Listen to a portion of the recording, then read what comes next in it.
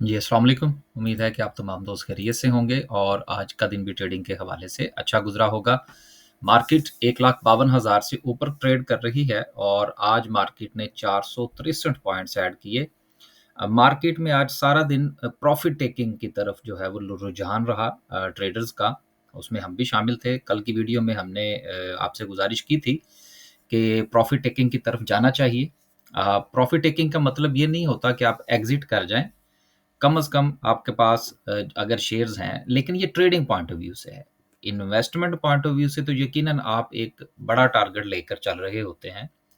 लेकिन trading point of view से तो आपने देखना होता है जहाँ पर मुनासिब अगर आपको प्रॉफ़िट मिल रहा है तो 20, 25, 30% पोज़ीशंस काटने में कोई मज़ायका नहीं होता। तो ट्रेडिंग पॉइंट ऑफ व्यू से आज जो है वो प्रॉफ़िट टेकिंग का दिन था।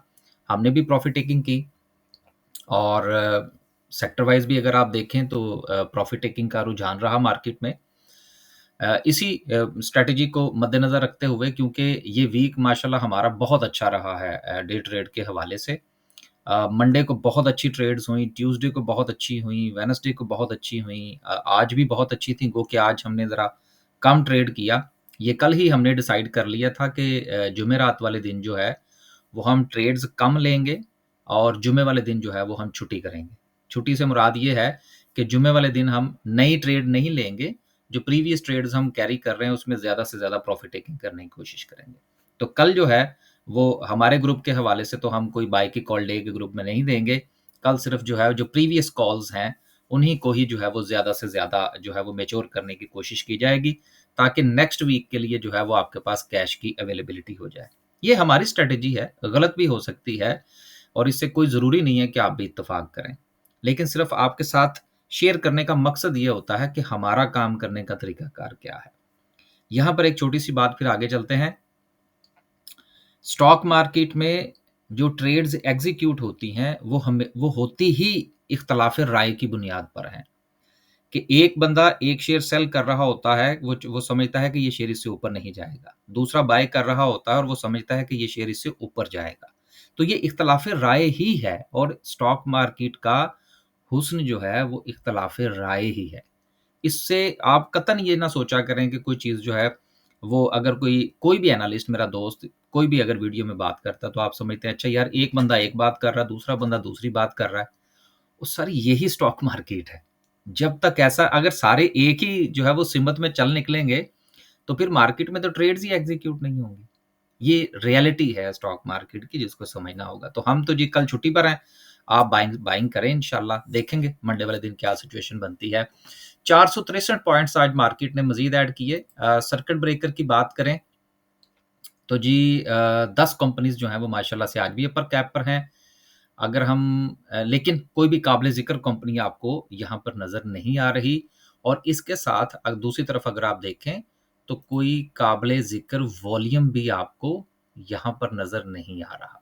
तो ये चीज़ें होती हैं जिनको गाहे-बगाहे नज़र में रखना होता है। लोअर कैप की तरफ देखें तो कोई काबिल ज़िक्र कंपनी नहीं है।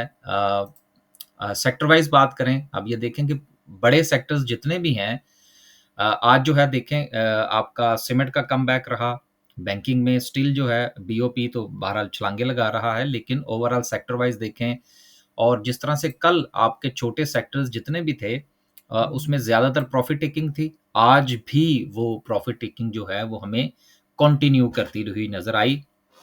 आईटी सेक्टर का कमबैक था आज।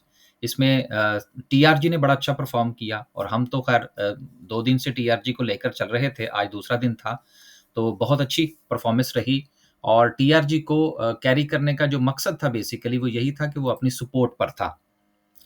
ये हमारी टीआरजी की कॉल थी जी। हमने इसको 57 के अराउंड जो है वो बाय किया और फिर हमने इसको कैप जो है वो कैरी करने की कोशिश की। डे ट्रेड में हमारी कोशिश ये होती है कि हम स्टॉप लॉस के साथ जो है वो ट्रेड्स लें, लेकिन सम टाइम हम समझते हैं कि किसी शेयर को बगैर स्टॉप लॉस के भी लिया जा सकता है और उसमें रिस्क जो है वो अफ़ोर्ड करना पड़ेगा।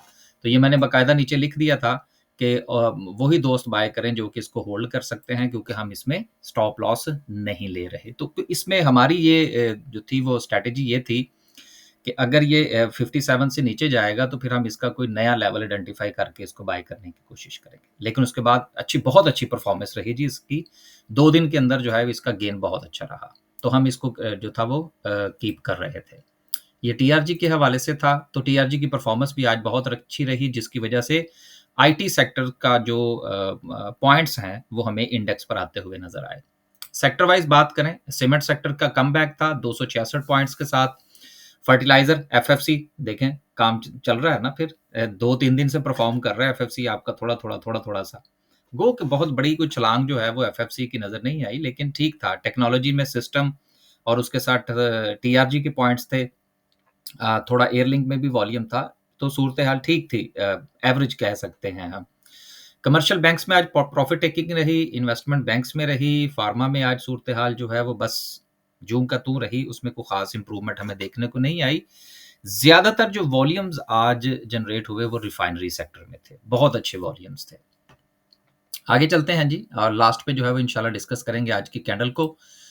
रिजल्ट्स का सीज़न है। पहला रिजल्ट जो है वो एसएसजीसी का है। इसकी प्रॉफिटेबिलिटी जो है वो थोड़ी-सी कम हुई है, जो कि ₹8.88 से कम होके ₹8.50 रह गई है, लेकिन मैं नहीं समझता कि ये बहुत बड़ी एक तो तब्दीली है। दूसरी बात, यार ये वो कंपनी है जो लॉस से प्रॉफिट में आई है, तो आप इस चीज़ को भी तो कंसीडर करें ना और यही वजह थी कि ये शेयर ₹10 पर जो था वो ट्रेड हो रहा था। आज वही शेयर जो है वो आपको उससे 4 गुना प्राइस पर मिल रहा है। तो इस चीज़ को भी आप मद्देनज़र रखें कि एक शेयर की अगर प्रॉफ़िटेबिलिटी में थोड़ी-सी कमी वाक़या हुई है, तो इससे परेशान होने की ज़रूरत नहीं है।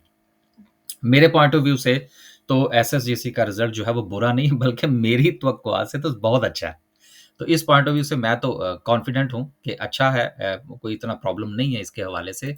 दूसरी जो है वो सैफ टेक्सटाइल की है। ये अपना 10 मेगावाट का सोलर पावर सिस्टम जो है उसके लिए कॉन्ट्रैक्ट इन्होंने साइन किया है। हमारी जितनी भी इंडस्ट्री है इसमें सोलर की वजह से और रिन्यूएबल एनर्जी की वजह से ख़ास तौर पर जो सीमेंट सेक्टर है, उसमें पावर आप देख लें, अब वो किसी के हाथ ही नहीं आ रहा। उससे पहले जो था वो थट्टा था, उन्होंने ये काम किया, फिर गरीवाल सीमेंट ने ये काम किया और भी बहुत सारी कंपनीज़ ने किया। तो उसके बाद से ना सिर्फ़ के पूरे सेक्टर की प्रॉफ़िटेबिलिटी में इज़ाफ़ा हुआ, बल्कि शेयर्स की प्राइसेज़ में भी आपने अच्छा ख़ासा गेन देखा। तो अब इंशाल्लाह उम्मीद करनी चाहिए कि सूरत-ए-हाल मज़ीद बेहतर होगी। यहाँ पर मैं एक चीज़ ऐड करता चलूँ। एक खबर ये भी है कि पाकिस्तान में जो पानी से बनने वाली बिजली है अ, उसकी प्राइसेज़ में इज़ाफ़े के हवाले से वापडा जो है वो बहुत कंसर्न है। वो चाह रहे हैं कि इसकी प्राइसेज़ जो हैं वो इंक्रीज़ की जाएँ। तो जैसे ही प्राइसेज़ इंक्रीज़ होंगी, तो वो तमाम की तमाम कंपनीज़ या कारखाने कह लीजिए जो कि अपनी बिजली का तवानाई का बंदोबस्त पहले कर चुके हैं, उनके ऊपर ना चाहते हुए भी पॉज़िटिव इम्पैक्ट आएगा। क्योंकि उसके अगेंस्ट वो कंपनीज़ जो कि अभी भी वापडा के ऊपर जो है वो पूरी तरह से डिपेंडेंट हैं, उनके ऊपर नेगेटिव इम्पैक्ट आएगा और जिनका अपना सिस्टम होगा पावर के हवाले से, उनके ऊपर पॉज़िटिव इम्पैक्ट आएगा। तो ये चीज़ भी जो है वो मद्देनज़र रखने की ज़रूरत है और इसके साथ मैं एक और खबर भी जो है वो ऐड कर दूँ।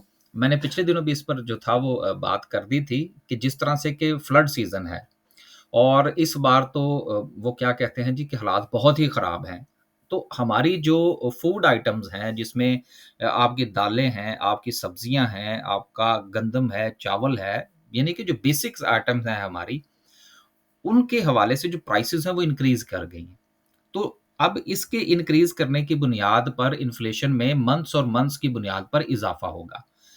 और अगर ये इज़ाफ़ा इसी तरह से कंटिन्यू रहता है और जिस तरह से सैलाब जो है उसकी तबाहकारियाँ जारी हैं, तो उससे आने वाली जो मॉनेटरी पॉलिसी है उसमें हो सकता है कि हमें इंटरेस्ट रेट में कोई कमी जो है वो देखने को ना मिले। तो इस चीज़ को अभी से आपको ज़हन में रखना होगा और आप देखेंगे कि मार्केट में जब ये चीज़ आहिस्ता-आहिस्ता कैलकुलेट होनी शुरू होगी, तो उसका इम्पैक्ट जो है वो आपको मार्केट पर भी नज़र आएगा। तो जो लोग लॉन्ग टर्म के लिए चीज़ों को देखते हैं वो इस तरफ ज़रूर ध्यान ध्यान कीजिएगा क्योंकि जो ट्रेडिंग पॉइंट ऑफ व्यू से है उनको इससे कोई ख़ास फ़र्क नहीं पड़ता क्योंकि उन्होंने स्टॉप लॉस लिया, ट्रेड ली, बस बात खत्म, ट्रेंड देखा। लेकिन जिन्होंने लॉन्ग टर्म चलना होता है उसके लिए उनके लिए इन तमाम फंडामेंटल्स के ऊपर नज़र रखना ज़रूरी होती है। तो लगते हाथ ये भी मैंने 2-3 चीज़ें थी मेरे ज़हन में, वो मैंने ऐड कर दी। डॉल का रिज़ल्ट बहुत अच्छा है जी। हमारे पास भी है। हमने इसको स्विंग में भी रिकमेंड किया था, फिर हमने छोटी-सी ट्रेड जो है वो डे के अंदर भी ली थी। इसकी प्रॉफ़िटेबिलिटी में 69-70% का इज़ाफ़ा है, बहुत अच्छा इज़ाफ़ा है जी इसमें। और आज बहरहाल इसमें सेलिंग प्रेशर देखा गया, कोई ऐसी बड़ी बात नहीं है। देखें ये शेयर चला भी तो कहाँ से ना, तो डबल तो हो गया रफ़ली, तो इसमें कोई ऐसा मसला नहीं है कि आप परेशान हों। अगली खबर जो है वो पीपीएल के हवाले से है जिसकी डिस्कवरी है। ये तो मैं ख़ैर जनवरी के महीने से गुज़ारिश कर रहा हूँ कि बहुत डिस्कवरीज़ आएँगी अभी।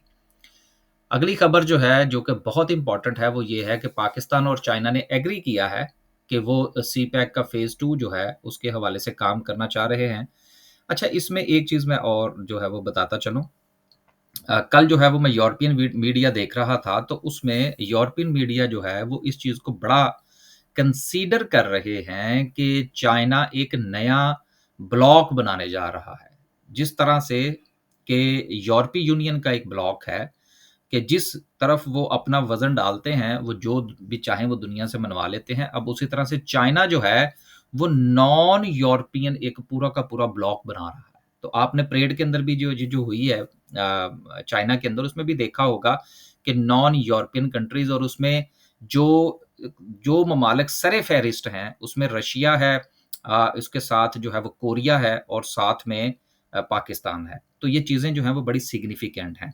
तो आने वाले दिनों में इसके हवाले से हो सकता है कि यूरोप की तरफ से हमारा कोई बाजू मरोड़ने की कोशिश की जाए, तो उसके ऊपर नज़र रखिएगा। लेकिन जो वर्किंग पार्टनरशिप जो है, इससे इंशाल्लाह हमारी इकॉनमी के ऊपर मज़ीद मुस्बत असरात जो हैं वो आते हुए हमें नज़र आ सकते हैं।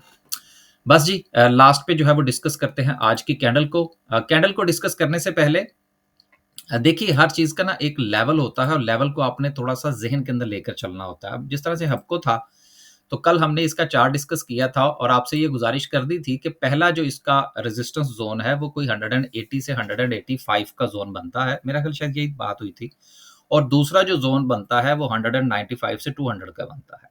अब हो सकता है कि कल को यही शेयर जो है, वो यहाँ से उठ के आपको यहाँ पे डबल कैप दे दे। क्या आपको बड़ी बात है? हम जो चीज़ डिस्कस कर रहे होते हैं वीडियो के अंदर, वो लॉन्ग टर्म के लिए नहीं होती, वो होती है ट्रेडिंग पॉइंट ऑफ व्यू से। और ट्रेडिंग पॉइंट ऑफ व्यू से जैसा कि मैं अपनी हर वीडियो में गुज़ारिश करता हूँ कि हम चल रहे होते हैं इमीडिएट सपोर्ट और इमीडिएट रेजिस्टेंस की बुनियाद पर। इमीडिएट सपोर्ट इसने ब्रेक की, हमने बाय कर दिया, साथ ही हमने इसका टारगेट ले लिया। और कल भी मैंने आपसे यही गुज़ारिश कर दी थी कि अगर इसका वॉल्यूम इसको इसके साथ देगा, तो पहली रेजिस्टेंस अगर ब्रेक होती है, तो फिर ये इसकी नेक्स्ट रेजिस्टेंस होगी। तो बहरहाल आज जिन्होंने प्रॉफिट टेकिंग की, हमने तो की। वो अपना-अपना फैसला करें जिन्होंने अभी भी इसको कीप कर रखा है। वीडियो के अंदर हमारी कोई बाय या सेल की कॉल नहीं होती। हम जो है वो सिर्फ़ और सिर्फ़ आपके साथ जो है वो लेवल्स शेयर कर रहे होते हैं। आखिर में जी कैंडल को डिस्कस करते हैं। कैंडल को डिस्कस करने से पहले हमारे 3 ग्रुप्स इस वक़्त एक्टिव हैं जी, जिसमें डे का ग्रुप है, जिसमें सारा दिन आपको स्क्रीन के आगे बैठना पड़ेगा, किसी भी वक़्त बाय सेल की कॉल मिल सकती है। उसके अलावा स्विंग का ग्रुप है, और उसके साथ इन्वेस्टमेंट का है। अब आपने ये फैसला करना है कि आप कौन-सा ग्रुप जॉइन करना चाहते हैं या नहीं जॉइन करना चाहते। इसकी तमाम तफ़सीलात जो हैं, वो वीडियो की डिस्क्रिप्शन में आपको मिल।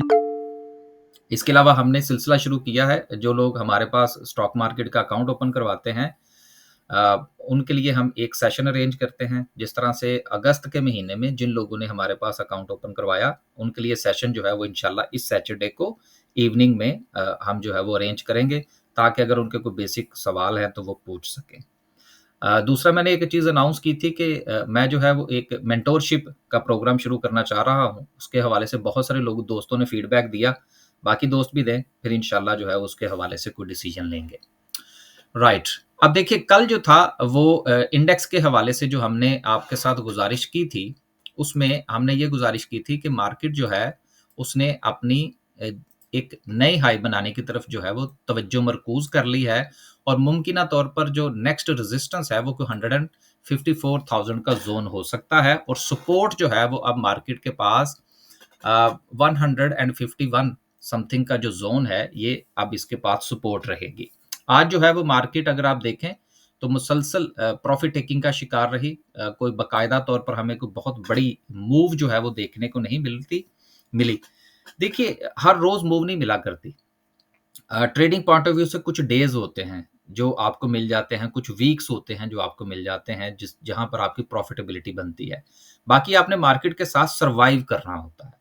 तो आज का दिन अगर आपका देखें तो वो आपकी सर्वाइवल का ही दिन होगा। बहुत बड़े छक्के जो है वो नहीं होंगे क्योंकि बहुत बड़ी मूव जो है वो हमें देखने को नहीं मिली।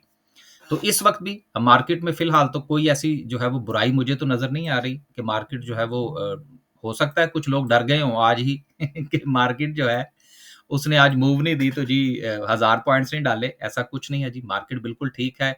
ट्रेंड जो है पॉज़िटिव है, चाहे वो हम बड़े ट्रेंड की बात करें, टाइम टाइम फ्रेम की बात करें या छोटे टाइम फ्रेम की बात करें। सपोर्ट और रेजिस्टेंस में कोई तब्दीली नहीं है। सो लिहाज़ा कल हमारी तो छुट्टी है जी, हम कल प्रॉफ़िट टेकिंग करेंगे, कोई नई ट्रेड नहीं लेंगे, आप अपना फ़ैसला कीजिए। बस जी, आज के लिए सिर्फ़ इतना ही। खुश रहें, आबाद रहें, अपने पोर्टफ़ोलियो का ख़्याल रखें।